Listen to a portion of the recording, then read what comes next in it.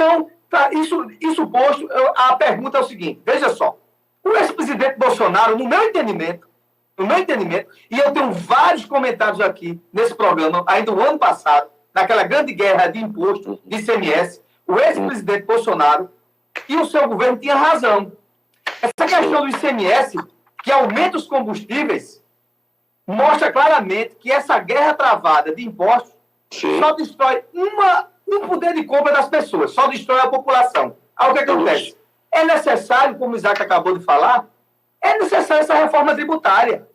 Porque, veja só, não é justo que o governo federal coloque políticas que equilibrem os preços. E você sabe que a nossa matriz energética é a partir de petróleo. 95% de caminhão é óleo diesel. Então, isso repercute no quilo de carne ali, no frigorífico menor, no supermercado, no litro de leite. Porque se aumenta muito, então o governo faz o seu esforço, porque eu sei que todo governo tenta fazer esforço, não é isso? E retira e abre isenções de cobrança, né, de cobrança de impostos, para equilibrar o preço do combustível. Mas os estados se acham que pode cobrar qualquer preço e ficar por isso mesmo. Então, nesse sentido aí, Bolsonaro estava certo. É esse o meu entendimento, viu, Isaac? Estou passando para você. Correto. Eu concordo com o amigo também. Eu acho que a gente é coeso em relação a essa questão tributária.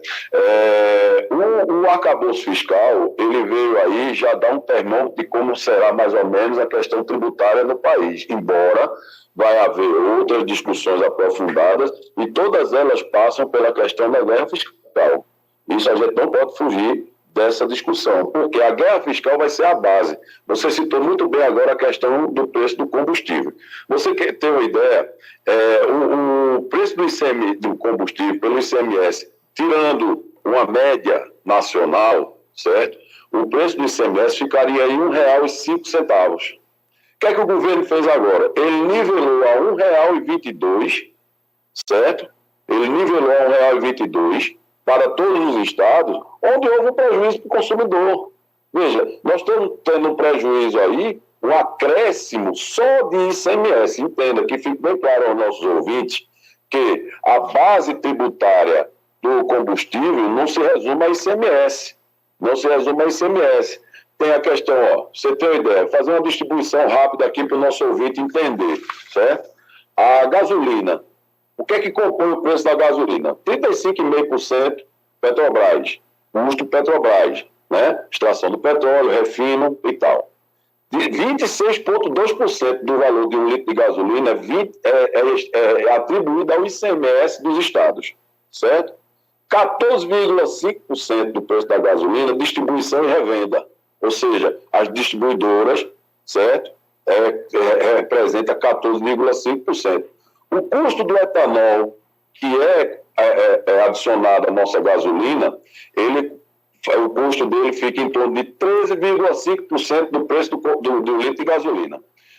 A CID, PIS, PASEP e COFINS, que são os tributos federais, os quais Bolsonaro retirou, e o Lula retomou esses preços a partir de janeiro e fevereiro. A partir do mês de março, esses impostos voltaram a ser cobrados no preço do litro de gasolina. Representa 10,3% do valor do litro de gasolina.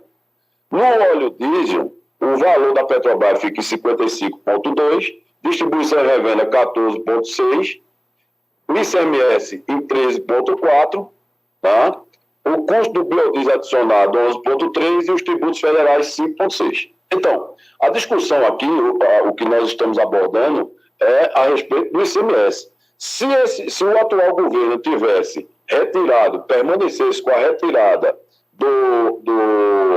dos tributos federais e o ICMS ele não fosse nivelado a R$ 1,22, certo? Ele não fosse nivelado a R$ 1,22, nós estaríamos com o preço de gasolina bem abaixo do que está sendo atribuído ao consumidor final, certo?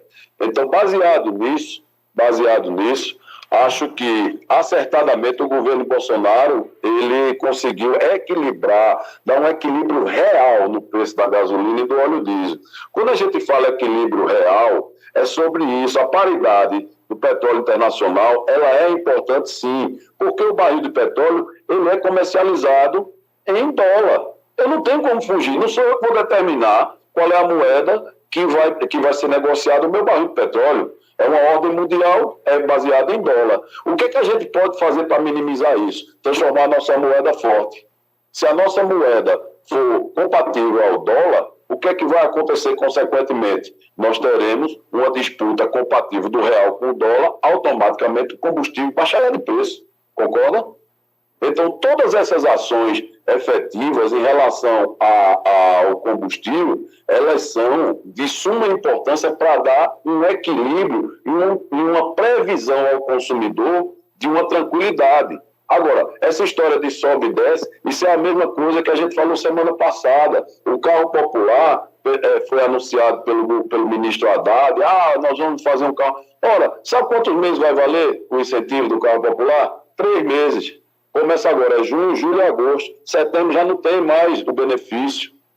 Ou seja, são medidas emergenciais que não têm estrutura para permanecer, e isso aí a gente vê em relação aos combustíveis.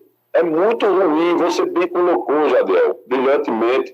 A gente tem que se preocupar com o combustível, sim, porque o combustível é quem leva o trabalhador e envia o cidadão para ir e vir, que são os transportes públicos, certo? O combustível é quem leva à sua mesa, sua alimentação. O combustível é quem leva todo o produto industrializado e produzido lá na terra, lá no campo.